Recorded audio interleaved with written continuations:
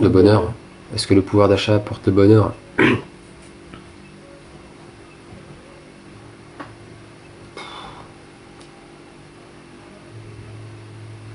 Bah c'est toujours pareil, comme moi là je peux pas dire que j'ai été touché de plein fouet par une baisse du pouvoir d'achat. Je le sens, je le vois, je le dénonce.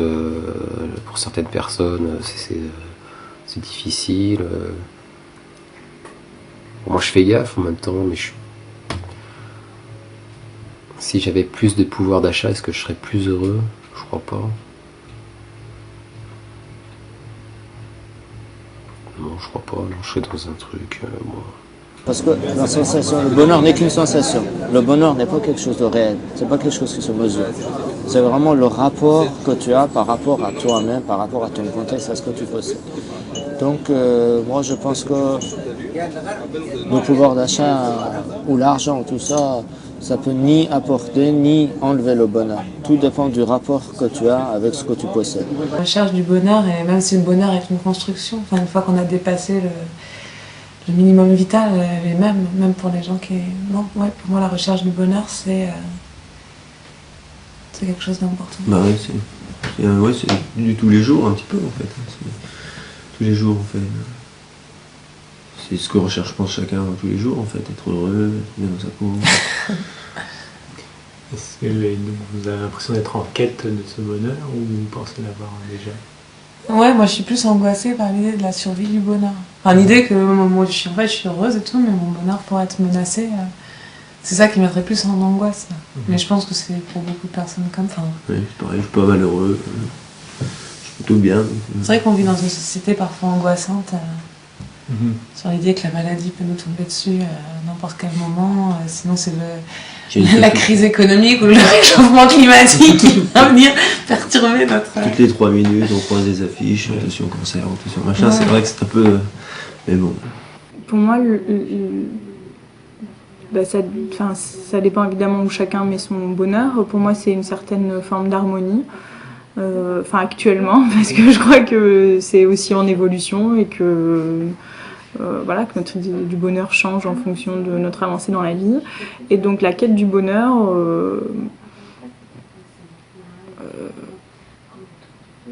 en fait, pour le moment, je suis plus intéressée par être bien avec moi-même pour ensuite pouvoir voir l'extérieur d'un œil serein, en fait. C'est pas du nombrilisme, hein, mais c'est... Voilà. Je pense qu'on peut chercher le bonheur dans les autres, dans l'extérieur de sa vie, etc. qu'à partir du moment où soit on est stable et prêt à avancer. Intérieur. Ouais, je pense. Ouais, tout à fait. Mais quête intérieure et qui, je pense, permet aussi de s'ouvrir à l'autre, quoi. Le bonheur reste quand même un domaine quasiment inexploré par la littérature. Pas par la peinture. La peinture, la félicité, l'extase religieuse, enfin le paradis, les peintures de paradis sont très convaincantes. Et il y a quelque chose dans le mot qui ne va pas, et pourtant la poésie y arrive. C'est pour moi c'est une des choses les plus mystérieuses concernant la poésie, quoi. Comment est-ce qu'on arrive à peindre la félicité avec des mots qui sont faits pour autre chose que peindre la félicité, quoi. Pourtant on y arrive. Le Houellebecq, il en faisait des kilos dans le non-kilo. Tu sais, le Houellebecq, il est baudelairien. Une nonchalance animée par énormément de cigarettes et tout le monde était dans un état d'admiration. Et j'attends la phrase sur Houellebecq. Eh bien, Houellebecq, on ne peut pas le résumer à une phrase. C'est un état de nonchalance.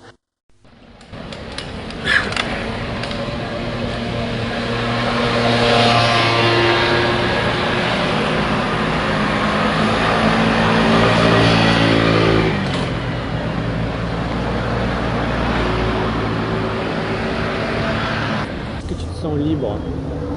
Libre, par intermittence.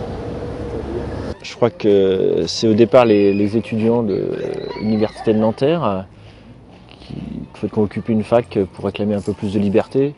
Je me demande d'ailleurs s'il n'y avait pas... Oui, bah oui, bien sûr, plus de liberté et effacer au maximum les contraintes. Les contraintes au boulot, les contraintes... oui, bah surtout on dirait les contraintes au boulot, parce que la grosse contrainte, ça reste ça malgré tout. Et est-ce que tu crois que dans une société, il peut y avoir trop de liberté?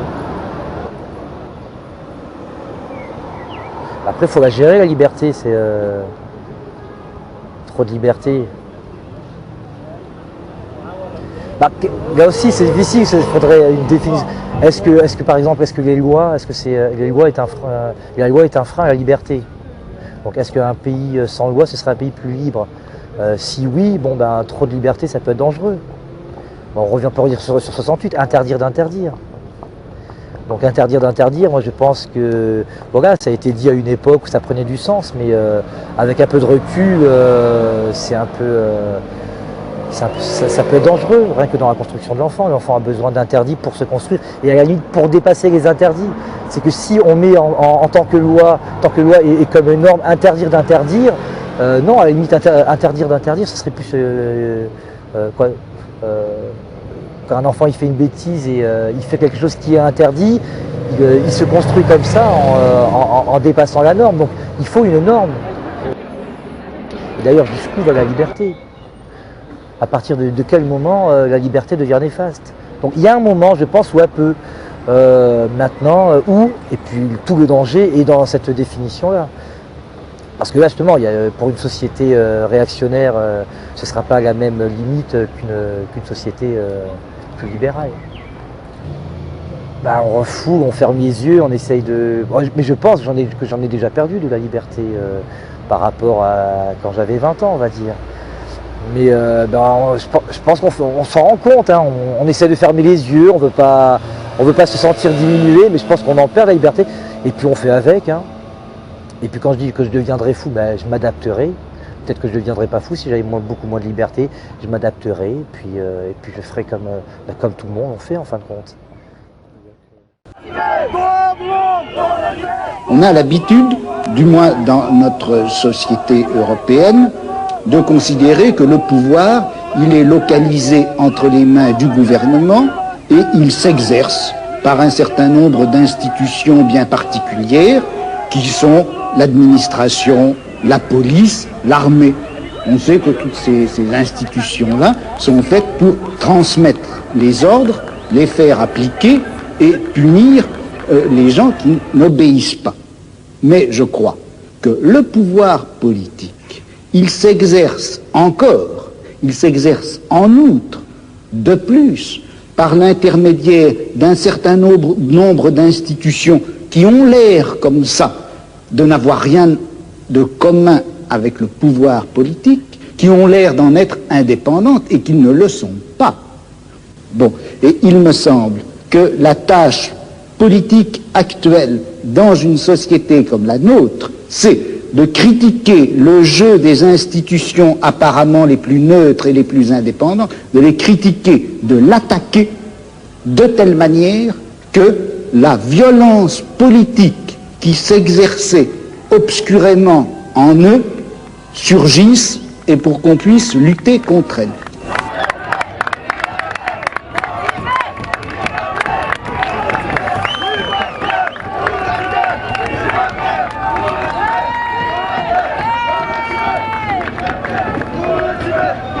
Ah ben on les a vus les gens qui sont arrêtés, c'était des jeunes, ils nous faisaient des signes, ils avaient des trucs écrits là, et il y avait même une fille qui avait des menottes.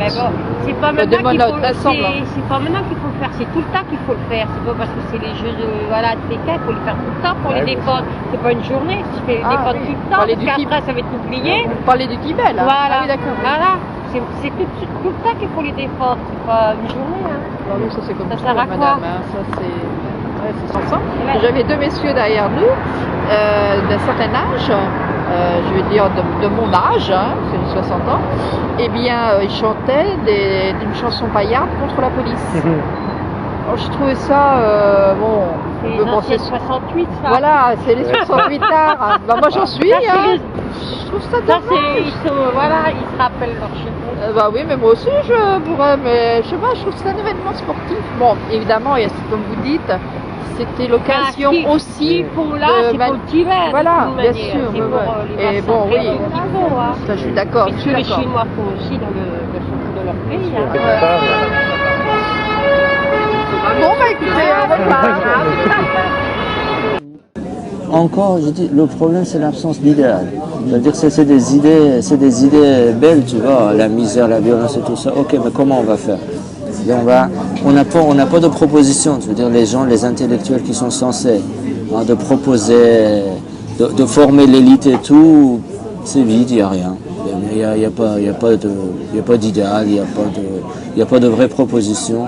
Donc c'est un peu ça. Et après, ça devient juste une explosion de colère. Là, voilà, j'en ai marre, allez, je vais casser. Ok. Et après, qu'est-ce qui va se passer? Je vais prendre des armes et après, qu'est-ce que je vais proposer?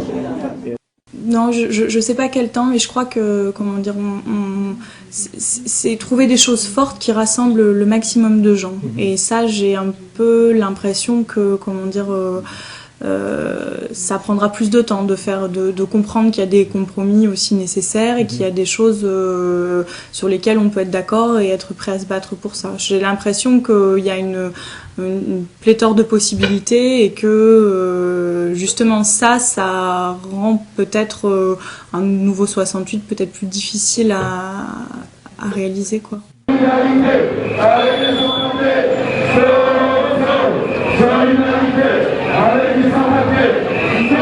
Je pense qu'on doit, c'est vraiment ça, avoir des valeurs morales hors de toute religion, qui sont liées à une certaine solidarité, à une vie en commun, à un fonctionnement en société, et que justement, je peux avoir un discours réac, mais c'est ça qu'il ne faut pas qu'on oublie, c'est que ces valeurs-là, on peut les avoir en dehors d'un discours réac, en dehors d'un discours religieux, et que c'est là-dessus qu'une société se fonde. Ouais. Mais c'est vrai que comme tu dis, alors quand j'ai du temps, je pourrais peut-être me lancer dans d'autres actions que... Mais voilà, c'est vrai que bon,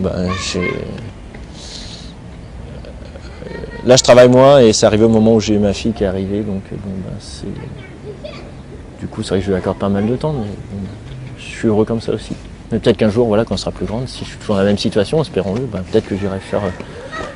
J'aurai peut-être d'autres sens à ma vie que celui de m'occuper de ma famille en fait.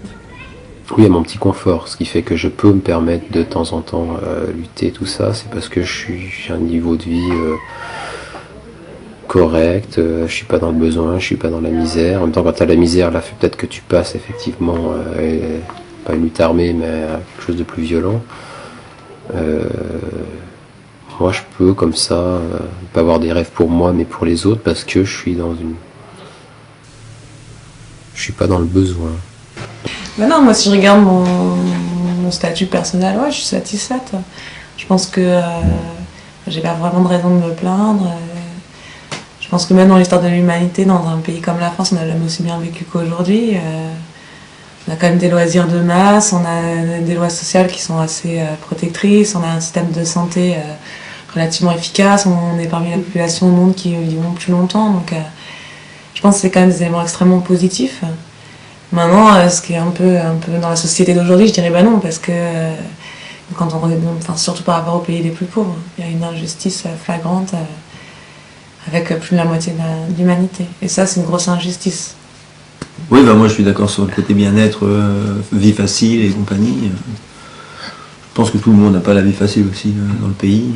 Et puis je pense qu'il y a pas mal de frustrations qui peuvent être vécues parce qu'avec des sentiments qu'on peut avoir tous d'avoir des élites héréditaires, parfois un peu arrogantes aussi.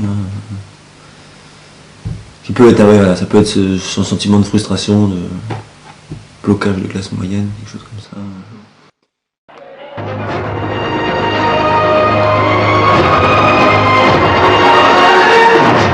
La grève annoncée à la SNCF, elle s'annonce dure, elle commencera mardi soir. On prévoit donc de très fortes perturbations à partir de mercredi, une grève illimitée et une nouvelle fois aux usagers de se débrouiller pour aller travailler. 7 syndicats sur 8 appellent à cette grève pour protester, vous le savez, contre la réforme des régimes spéciaux de retraite qui était dans le programme de Nicolas Sarkozy et c'est pour ça qu'il a été élu.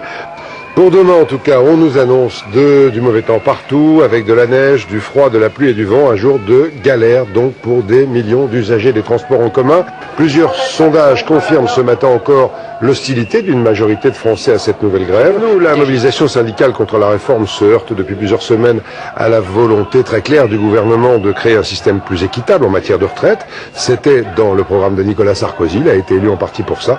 Les syndicats ont compris que l'opinion publique ne les suivrait pas dans leur opposition systématique à une réforme qui est incontournable. Troisième journée de grève demain, troisième jour de galère pour les usagers qui, eux, n'ont pas le choix, doivent travailler jusqu'à 65 ans et doivent travailler tous les matins. Ça devient fatigant pour tout le monde et un mouvement de grève de plus en plus impopulaire.